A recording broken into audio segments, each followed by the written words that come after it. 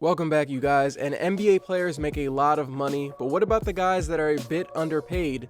NBA teams' salary cap is set at $99.1 million, so certain players are getting paid more than ever. Let me give you guys an example. 3-and-D players are rare to find, so if a team gets one, they sometimes overpay.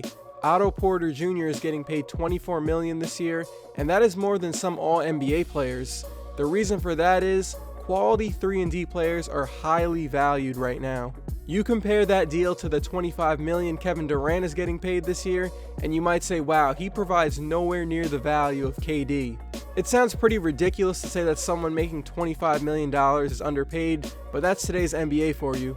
Let me just say that you won't see any players on here that are on rookie contracts because their salary is dictated by the league. Some of the teams are pretty tough to pick from because some of the guys aren't underpaid, they just have team-friendly contracts. So let me know in the comments if you disagree with any of the picks, and let's go into the first team. The Atlanta Hawks are one of the hardest to pick from because there's no one on the team that you'd say is grossly underpaid, but I went with Mike Muscala. He's a 6'11" power forward that is making 45% of his three-point shots while making $5 million per year. Having big men that can shoot in today's NBA is very important, and the $5 million is probably near his value, but like I said, the Hawks are pretty tough to pick from, so let's go on to the Celtics. Boston's most underpaid player is definitely Kyrie Irving. This year he's getting paid $18.8 million, which is the 48th highest salary in the league right now. I'm going to be bringing up this other contract a lot, so get ready. Jeff Teague is getting paid $19 million this year, while Kyrie is an all-star, leading the Celtics to the second seed and getting paid $1 million less. Once Kyrie's contract is up, he'll be up for a lot more money. Now on to the Brooklyn Nets. Their most underpaid player is Spencer Dinwiddie. Spencer is getting paid $1.5 million this year, and if you've been paying attention, you know why. He has the best assist-to-turnover ratio in the NBA while averaging 13 points per game. Spencer has been one of the reasons why the Nets have been kind of watchable this year. Now on to the Charlotte Hornets, and it's Kemba Walker by far. Getting one of the best offensive point guards in the league at just $12 million per year is a steal. For comparison, Jeff Teague is getting paid $19 million this year, and no shots at Jeff, but Kemba is a much better player than Teague. The contract comparison is just to show you how underpaid Kemba is. For the Chicago Bulls, it came down to two guys since basically half of the team are on rookie scale contracts. It's either David Nwaba or Justin Holiday, but I went with Justin. He's getting paid $3 million this year, and he's giving you 13 points per game, 5 rebounds on 37% three-point shooting, which is above league average. Justin is a rotation player on most NBA teams, so let's go on to the Mavericks. Okay, so for the Dallas Mavericks, I went with Yogi Ferrell. He's getting paid $1.3 million this year and averaging 10 points per game, 2 assists, and shooting 39% from the three-point line, which is a really good percentage. Yogi is definitely outplaying his contract. I don't know by how much more, but a bit more than $1.3 million, I would say. Yogi has a pretty cool come-up story to the NBA. Let's go on to the Denver Nuggets. Will Barton is most definitely the Denver Nuggets' most underpaid player. He is getting paid $3.5 million this year and averaging 15 points, 4 assists on 44% shooting.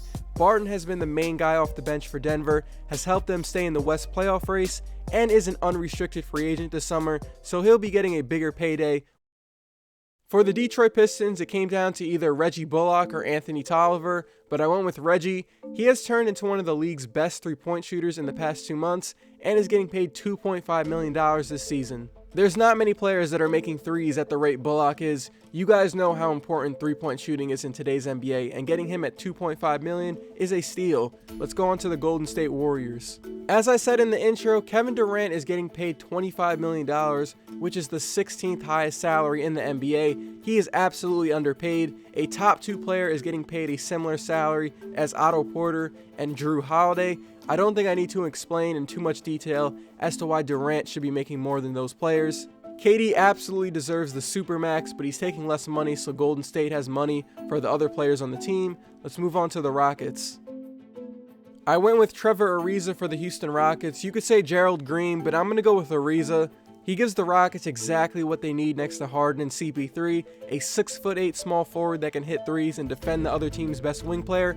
At just $7 million is a steal. For a similar player comparison, Mo Harkless is getting paid $10 million and is not providing as much value as Ariza does. For the Indiana Pacers, it was tough, but I went with Victor Oladipo. When he signed his 4-year, $84 million contract, it was looked at as an overpay, but now with how he's playing, it looks like a slight underpay. For comparison, Harrison Barnes is getting paid $23 million this year by the Dallas Mavericks. Victor Oladipo has transformed into an all-star, a good pick-and-roll player, and the best player on a playoff team that is rising up the East standings. You can make an argument that Oladipo could be at $23 or $24 million per year. Now, for the LA Clippers, they have a lot of good contracts, but it came down to Avery Bradley, Montrezl Harrell, Patrick Beverley, or Lou Williams, and I would not be mad if you picked any of those guys, but I went with Lou Williams. Getting a guy that is a borderline all-star at $7 million this year is a steal when you have guys like Evan Turner getting double that and providing nowhere near his scoring.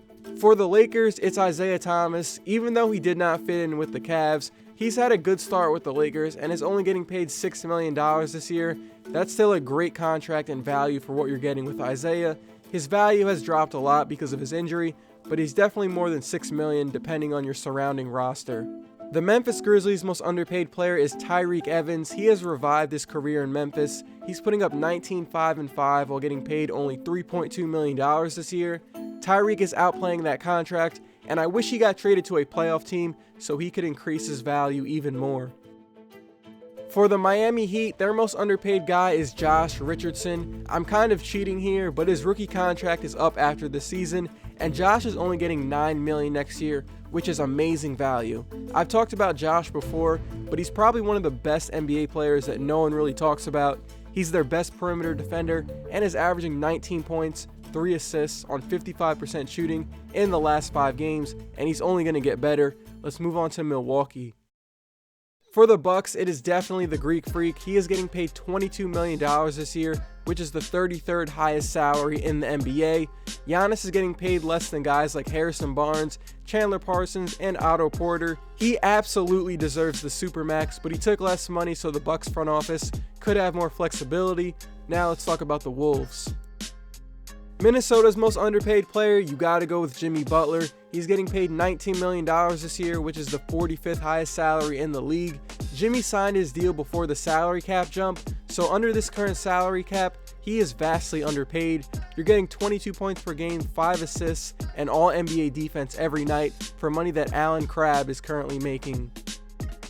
The New Orleans Pelicans, they have some really bad contracts, but for their underpaid player, it's DeMarcus Cousins. Yeah, he got injured, but for the $18 million he was getting paid this year, which is the 50th highest salary in the NBA, he is underpaid. For comparison, Enes Kanter is getting paid $20 million this year. Cousins is one of the most skilled offensive centers I've ever seen, and it sucks he got injured because he would have gotten the Supermax over the summer, no doubt, but it's looking kind of iffy now with this injury. For the Knicks, it was pretty tough because no one on the team I think is vastly underpaid. It's either between Trey Burke, Michael Beasley, or Courtney Lee, but I'll go with Trey Burke because he's only getting paid $780,000 this year, and so far he's averaging 8 points, 3 assists on 54% shooting off the Knicks bench. Even though his career has been kind of disappointing for a lottery pick, he has been a bright spot for the Knicks off the bench. For OKC, you got to go with Paul George. He's getting paid $19 million this year, which is the 43rd highest salary. He's giving you 22 points per game, elite 3-point shooting, and Defensive Player of the Year worthy defense. Again, for comparison, Nick Batum is getting paid $22 million this year to go 0 for 10 from the field in a game 2 days ago. PG is underpaid. The Magic are a dumpster fire, but Jonathan Simmons has been one of their bright spots, and he's outplaying his contract. He's getting paid $6 million this year and averaging 14 points, 3 rebounds on 46% shooting. And again, if you compare that to Nick Batum, who's getting paid $22 million this year to average 12 points per game, 4 rebounds on 41% shooting, you're getting way more value with Simmons. For the Philadelphia 76ers, it's definitely TJ McConnell. He's averaging 7 points, 5 assists on 51% shooting. You can argue that McConnell could be worth $3 or $4 million this year. I mean, Ron Baker is getting paid $5 million with the Knicks this year, so why not? On to the Phoenix Suns. It was kind of tough, but I went with Troy Daniels. He is shooting 40% from the three-point line and getting paid $3.2 million this year. Again, guys that can hit threes at an elite rate are really valuable, and I would say Troy Daniels is slightly underpaid. For the Blazers, I went with Al-Farouq Aminu. Aminu is getting paid $7 million this year. He's a 6'9" wing that can play both forward spots and can hit threes. It's impressive how good of a three-point shooter he's turned into because he used to be really bad at shooting threes earlier in his career. Let's move on to the Kings. The Kings' most underpaid player is Garrett Temple. I thought a team should have tried to trade for him at the trade deadline. I like Temple a lot. He is getting paid $8 million this year and averaging 8 points per game on 37% three-point shooting. He just had a 34-point game last month. If you've watched him at all or read articles about him, you'd know that Temple is a really high IQ player and a smart defender. I don't know how much more he's really worth, but for $8 million, he'd be a steal on a playoff team. For the Spurs, it's got to be Kawhi. He's barely played this year, but I don't think I need to explain why he's underpaid at $18 million. You guys remember that Nick Batum contract I keep bringing up? Yeah, let's move on to the Raptors. A lot of the Toronto Raptors players are on rookie deals, so there's no one really underpaid, but if I had to pick, it's CJ Miles at $7 million, even though that's probably his actual value. For the Utah Jazz, I was going to say Thabo Sefolosha, but he's been hurt, and now that Jay Crowder was traded there, he's their most underpaid player. He didn't really fit with the Cavs, and he had a pretty good debut with the Jazz though. Whatever you might think of Crowder, his contract is still very team friendly. He's getting paid $6.7 million this year, and he might help the Jazz get to the playoffs. For the Wizards, it's definitely Thomas Satoransky. He's getting paid $3 million this year, and he's definitely outplaying that. He's been one of the few bright spots off the bench when the Wizards were struggling. He has taken over as a ball handler with John Wall out. He's averaging 13 points, 5 assists on 60% shooting in the last 5 games. And that is it for every NBA team's most underpaid player. Some of the teams were tough because some guys aren't really underpaid. Like I said, they just have friendly contracts. I appreciate it if you made it to this point of the video. It's fun talking hoops with you guys as always. So let me know some players who you think are underpaid, and I'll see you guys in my next video.